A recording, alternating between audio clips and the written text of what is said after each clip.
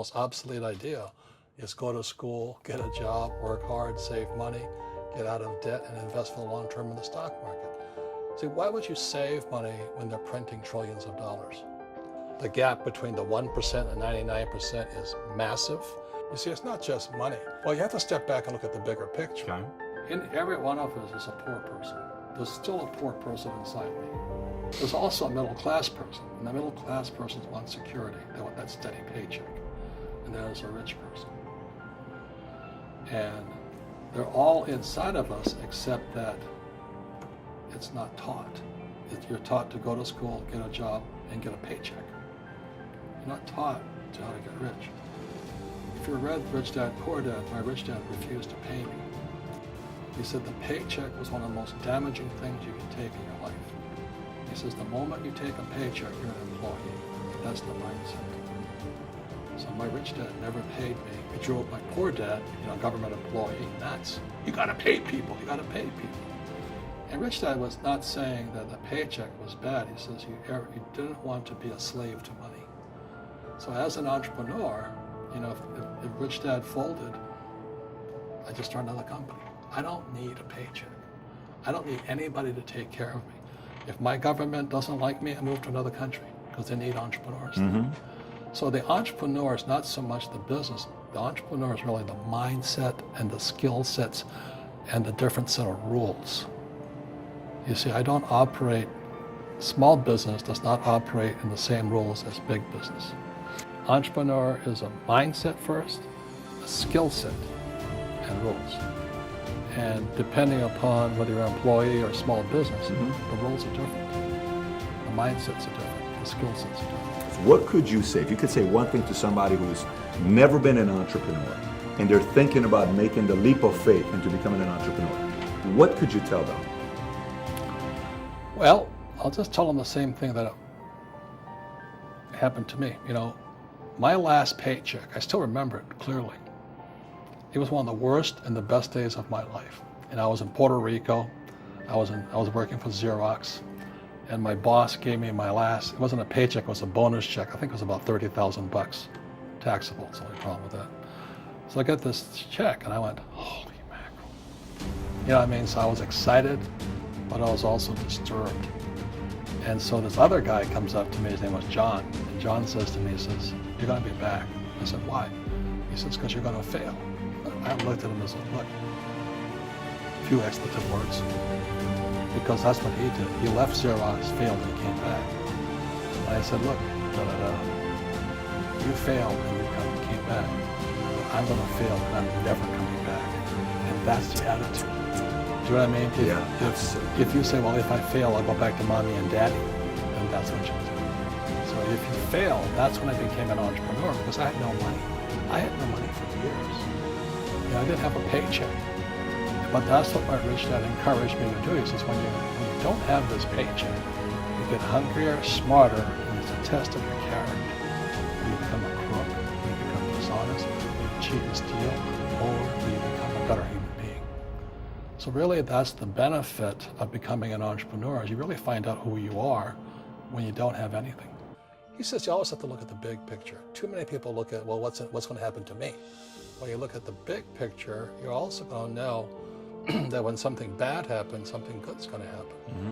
But you got to prepare for whatever is coming.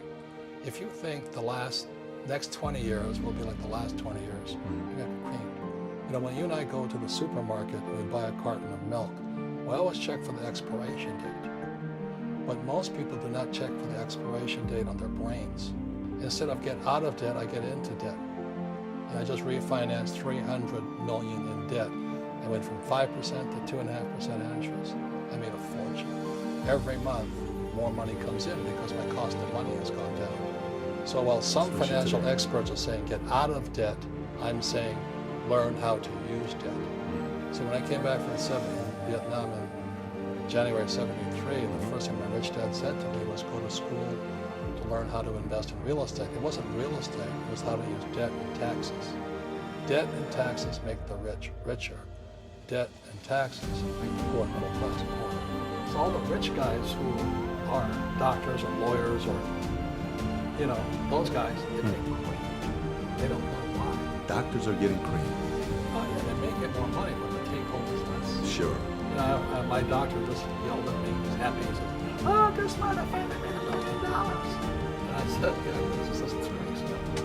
And so I said, "Yeah, well, how much you pay in tax?" This is 2014. He says, $750,000 in taxes. So his net was about $400,000. That's not bad. But when I make $1 million, I keep $1 million. And the reason is because I don't make it by working for money. See, if you work for money, you're taxed. So that's why lesson number 1 in Rich Dad Poor Dad is the rich don't work for money. What we do instead is we create businesses as entrepreneurs. We acquire real estate.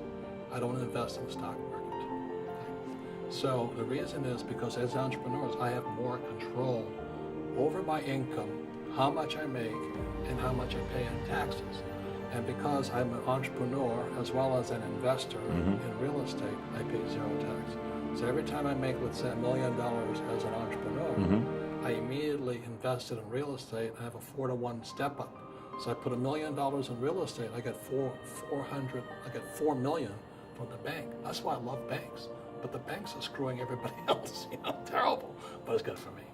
That's why you say when you print, it's good for you, but when you print, it's bad for people that work for money. Because when you print, savers get creamed and people who work for money get creamed. When they print, debtors get rich. You see, debt and taxes make the rich richer. And debt and taxes make the poor more taxable. So when we have obsolete ideas, we get obsolete results. So what's happening for most people, the idea of going to school, getting a job, working hard, saving money, getting out of the debt, buying your house because it's an asset, investing for long term, is obsolete. The world has changed. The world changed in 1971 when President Nixon took us off the gold standard and money became debt. What if we get rid of school? Then what would happen? Would it be better if we had no educational system at all? No, I'm saying education is more important than before. It's just obsolete. You know, there's Moore's Law which states information doubles every 18 months. In other words, everything's obsolete 18 months. So, and this is just a recent phenomenon. So when you come out of school, you're already obsolete. Today, the banks are charging you interest to save money. In other words, the banks don't want your money because they printed too much of it. And that's why there's this bubbles in stocks and bubbles in real estate and all this. People are dumping the cash. Because as I said in here, savers are losers and cash is trash. And yet people, well, I want a high-paying job. Well, that's an obsolete idea. Get out of debt is an obsolete idea. You should learn how to get into debt, how to use debt to get rich, and they'll never teach you about taxes. The reason the 1% is way up here and the 99% are going this way is because when you print money, 2 things happen: inflation and taxes. It's going to crush you. And any entrepreneur thinks, I'm just going to make money, I'm going to start a business and make a lot of money because of what we talk about. They really have got to smell the roses, man. You know, that's not what the real entrepreneurs are doing. Most entrepreneurs, there's 28 million small business owners in America. 24 million are one-person entrepreneurs. They're called non-employee entrepreneurs. So and that's what happens is when people don't really understand what an entrepreneur does. So most big people are self-employed, but they're not really entrepreneurs. The self-employed pay the highest taxes of all. Nobody tells them that. It's also called the entrepreneurial spirit. But what we're actually talking about was there's no such thing as a bad economy. You know, there's external, you and I, we all have an external economy, but we also have an internal economy. And the willpower is to change our internal economy. So for me, I can see the good and I can see the bad. I don't really give a damn because I'm going to be rich anyway. But a poor person with a poor personal economy, all they're going to see is a bad economy because they don't know how to make money in any economy. And a middle class person, they have a middle class economy. You know, what they want is a nice house and a steady paycheck and a job and a car. And so when you take their job away, to them, that's disaster. Well, since an entrepreneur doesn't have a job anyway, it's no big deal. So all I'm saying to people is what Bucky Fuller taught me, there's always 2 sides, you know what I mean? You know, to use plural, at minimum 2. So if you think the economy is bad, it's because your economy is bad. If you think that steady, employment is important, then you'll see an economy without jobs. Your economy. Your economy DNA versus the external Got economy. it. What you control versus what you can't control. I can control. Yeah, Sure. it's called an internal focus versus an external focus. So the real entrepreneur has an internal focus. But if they fall down, they say, "Oh, this is good, because I'm going to go up higher." You know, the average person will fall down and say, "Oh, I'm going to take some Prozac," or somebody has a mistake. Oh, the mistakes don't matter. Well, mistakes matter. It means you didn't know something. But a real entrepreneur, whether they fall down, they always can go up. They can stand back up and go higher. And no matter what happens to them, they get stronger and better and smarter and happier.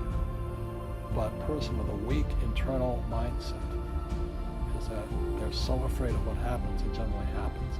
Like, you know, people who are afraid of losing their jobs, they generally lose their jobs. You know what I mean? Yeah, no doubt. So everything comes through you. Yeah, so the entrepreneur first job is to control inside here, not outside there. Because the moment you take that paycheck, you're an employee. You've got to be stronger than that. It's about inside control.